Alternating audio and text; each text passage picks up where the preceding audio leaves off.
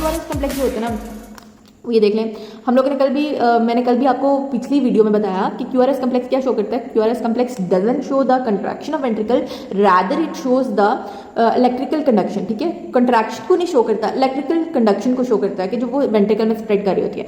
तो ये 3 small boxes के राउंड होनी चाहिए, ठीक है। ये 3 स्मॉल बॉक्सेस से ज़्यादा होगी तो वो खतरे वाली बात है। तो अब यहाँ पर कैलकुलेट कर लेते हैं कितना QRS कम्प्लेक्स बन रहा है इस CCG का। तो ये बन रहा है राउंड अबाउट 1, 2 और 3 स्मॉल बॉक्सेस के राउंड बन रहा है, ठीक है। तो इसकी जो रेंज है ना वो लेस देन 3 स्मॉल बॉक्सेस है, ठीक है। नॉर्मल रेंज है ना वो लेस देन 3 स्मॉल बॉक्सेस या स्क्वायर है। तो हमें पता है कि भाई एक जो आपके पास होता है स्मॉल बॉक्स वो 0.04 के होता है, ठीक है, इक्वल होता है। उसको हम लोग 3 से मल्टीप्लाई करेंगे तो 0.1 सेकेंड। तो PR इंटरवल की रेंज क्या थी? PR इंटरवल की रेंज थी 3 से 5, यानी वो बाजार की PR इंटरवल, और उसकी रेंज क्या निकली? उसकी रेंज निकली भाई 3 से 5 निकली। 3 से 5 क्या निकली? Small box. भाई ये गरीब है, लेकिन QRS कम्प्लेक्स उससे भी ज़्यादा गरीब निकला। उससे भी ज़्यादा क्यों गरीब निकला? कि उसकी रेंज उससे भी कम थी, लेस देन 3 स्मॉल स्क्वायर, ठीक है।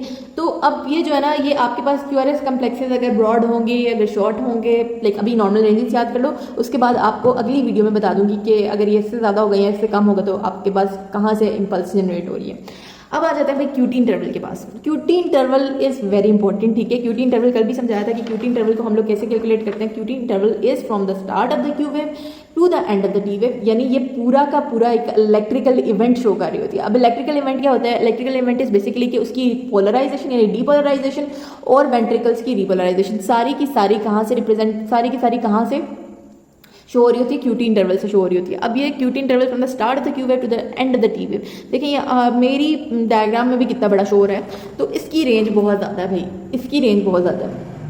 लेकिन इसकी थी 3 से 4 स्मॉल स्क्वायर, ठीक है। इसकी लेस देन 3 स्मॉल स्क्वायर थी। अब ये जो QT इंटरवल है ना, ये बहुत ही भाई कमीना है, QT से याद रख लो, ठीक है। तो इसमें जो है ना लाइक इसकी ये बहुत अमीर है और इसकी रेंज है 12 स्मॉल स्क्वायर है, ठीक है। तो अगर ये 12 स्मॉल स्क्वायर से ऊपर जाता है, ठीक है, 12 स्मॉल स्क्वायर से ऊपर जाता है तो there will be a problem. अब यहाँ पर हम लोग कैलकुलेट कर लेते हैं, लाइक इस CCG में स्टार्ट Q वेव तो है नहीं, तो हम लोग यहाँ से स्टार्ट कर लेते हैं, P के फौरन बाद से स्टार्ट कर लेते हैं, लाइक यहाँ से स्टार्ट करते हैं, ठीक है, और T के एंड तक जाते हैं, यहाँ तक, ठीक है। ये आ गया क्लियर, ठीक है। तो आ गया 1 2 1 2 3 4 5 6 7 8 9 10 11।